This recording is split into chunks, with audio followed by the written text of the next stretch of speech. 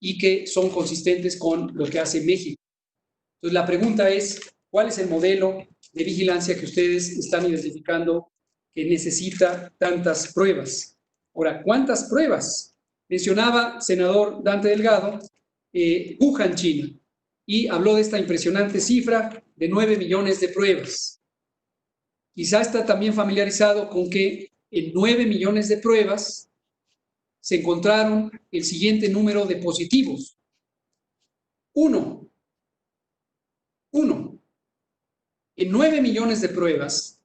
que hicieron recientemente en el periodo postepidémico en Wuhan, China, encontraron una positiva. Estas cifras son, por demás, demostrativas de lo ineficiente que puede ser el realizar pruebas en forma generalizada cuando se tiene la aspiración de hacer un proceso de detección. Pero, evidentemente, pues es un gasto que podría ser mejor utilizado en otras situaciones o necesidades. Destacadamente, a mitad de la fase 3, en el caso mexicano, pues justo en lo que lo hemos usado, equipos de protección personal, insumos para la salud, ventiladores y, desde luego, salarios para contratar a más de 45,000 profesionales de la salud que estaban en necesidad de cubrir el déficit que nos dejaron en administraciones anteriores. Sobre los otros elementos que señala, estimado y respetadísimo senador Dante Delgado, y le aprecio mucho que haya hecho la aclaración de que sus observaciones son con absoluto respeto, así las recibo y así respondo también con absoluto respeto a usted y todas las legisladoras y legisladores, no solo del Senado, sino también de la Cámara de Diputados. Usted hablaba de retos de coordinación y me recordaba o nos recordaba esta sesión tan amigable que tuvimos el 17 de marzo, cuando tuve el privilegio de estar con ustedes ahí en el recinto parlamentario. Y ya después, seguramente usted tomó conocimiento que el 19 de marzo, es decir, 48 horas después de esa reunión, sesionó el Consejo de Salubridad General precisamente para identificar las condiciones en las que se encontraba la epidemia en México y declararla como una enfermedad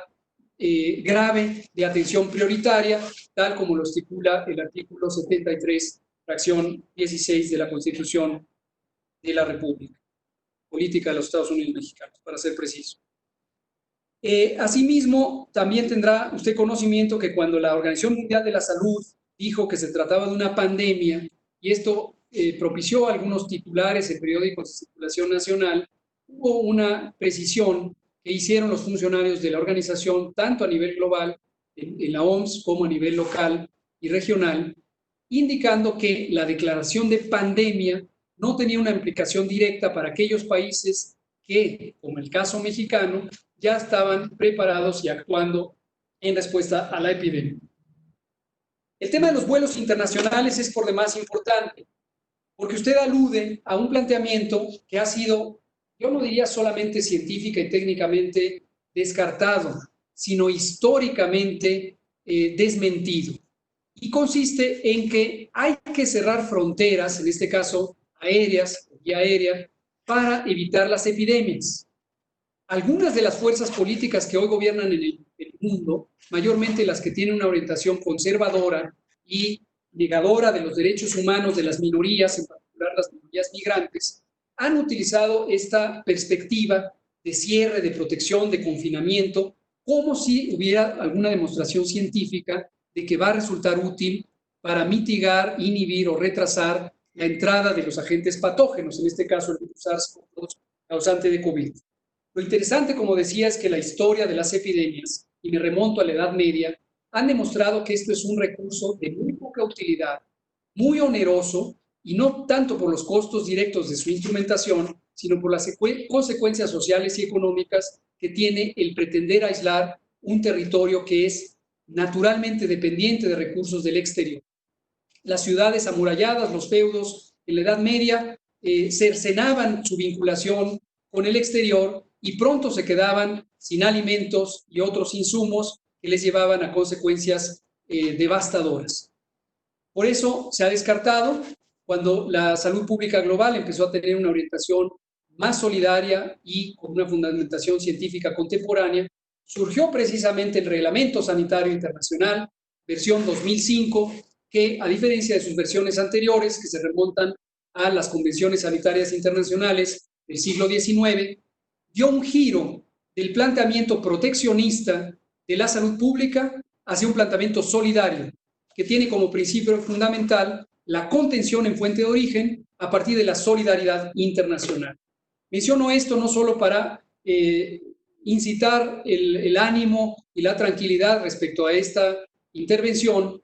que parece ser extrañada por algunos, sino porque coincidentemente es el planteamiento que ha hecho el presidente de la República Mexicana, el licenciado López Obrador, respecto a la comunidad global. Y conocerán ustedes, y fue motivo de gran satisfacción, que nuestro representante de la Organización de las Naciones Unidas, el señor doctor Juan Ramón de la Fuente Ramírez,